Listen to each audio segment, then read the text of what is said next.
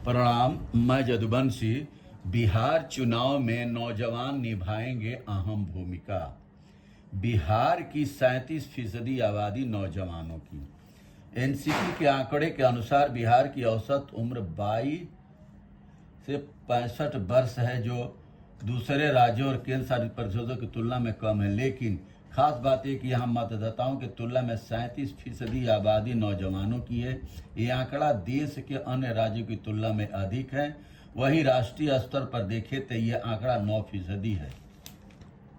नीतीश सरकार देखने वाले 42% नौजवान है।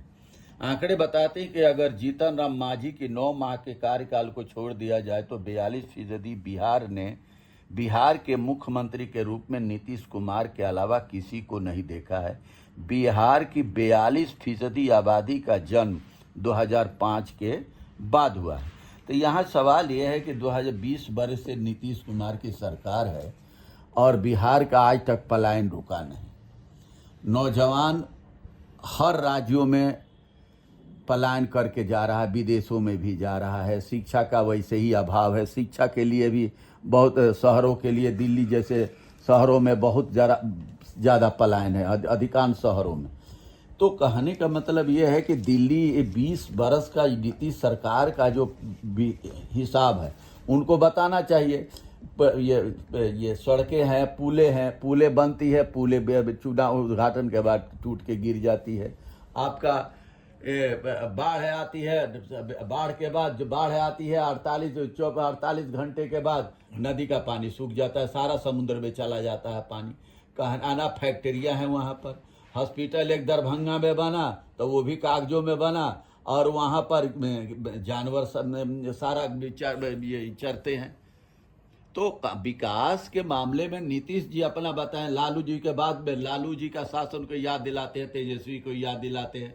तेजस्वी ने तो 17 महीने की सरकार में नीतीश जी के साथ आया तो 5 लाख नौजवानों को नौकरी दे दिया, 2 लाख और वैसे भी ये किया उसने नीतीश जी। और जब सरकार नौकरियां मिल गई तो नीतीश जी तुरंत भाजपा में चले गए।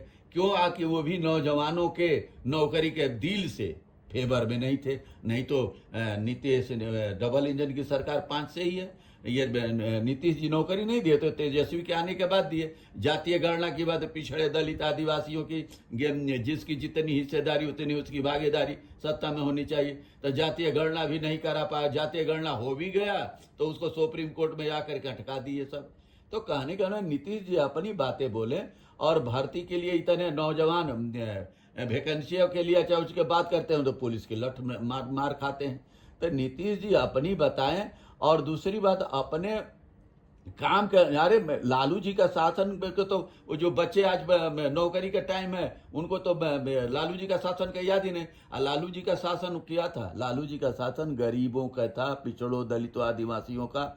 जो भूमिहार कहते हैं, भूमिहार भूरा बाल कहते हैं। भूमिहार हुए, राजपूत हुए, ब्राह्मण हुए और लाला श्रीवास्तव जो है, ये चारों आदमियों का दबदबा पूरा था और इन्हीं की तूती बोलती थी। इनके सामने से कोई निकल नहीं जा सकता था। निकल भी गया तो सलाम नहीं किया, नमस्ते नहीं किया तो उसकी खैर नहीं है। और हर तरीके से दबा के तो वही लालू जी जगन्नाथ मिश्रा के बाद आए तो हेलीकॉप्टर में चले तो वही खेतों में उतार देते थे हेलीकॉप्टर। तो वो कहते थे कि देखो ये जगन्नाथ मिश्रा इसमें हवाई जहाज में चढ़ता था तो हम भी चढ़ते हैं और तुम लोग भी चढ़ करके देखो हवाई जहाज जैसा है। तो लालू जी पिछड़े दलित आदिवासियों को जो हक छीना जाता था उनको हक देने की बात किया है। लालू जी किसी को नुकसान नहीं किए। लालू जी इन भूरा बाल जिसको कहते हैं, इनके ये जो अपना मर्जी से दादागिरी सताते थे। दादागिरी एक तरह से आतंक का राज था, इन लोगों का आतंक था एक तरह से। अभी भी कितने माफिया हैं वहां पर, बहुत सारे, हम किसी का नाम नहीं लेना चाहते, कितने हैं, अभी भी उन्हीं का दबदबा है। वो तो लालू जी का और उसी का कदम। जिस दिन तेजस्वी ने एक हर परिवार को नौकरी देने की बात किया है, नौकरी पर क्यों कौन सरकार बात करती है? नहीं, अमित शाह जी अभी कह रहे हैं कि कहाँ से पैसा लाएगा, तो कहाँ से पैसा लाते? 71,000 करोड़ का जो घोटाला हुआ, कैग ने जो पकड़ा हुआ है, वो पैसा किसके खाते के था? वो तो किसी के खाते में नहीं गया ना, ये तो घोटाला हो गया ना। तो वही घोटाला तेजस्वी रोक करके 71,000 करोड़ जैसे जिस रास्ते से 71,000 घोटाला हुआ है, वैसे ही तेजस्वी उसी को रोक करके हर घर परिवार को नौकरी देगा। लालू जी ने गरीब, पिछड़ों, दलितों, आदिवासियों को बोलने की आवाज दिया, और तेजस्वी जिस दिन नौकरी हर परिवार के दे देता है घर में, तो उस दिन क्रांति आ जाएगी और वो बिहार से पलायन रुक जाएगा। बहुत बहुत धन्यवाद, नमस्कार, प्रणाम।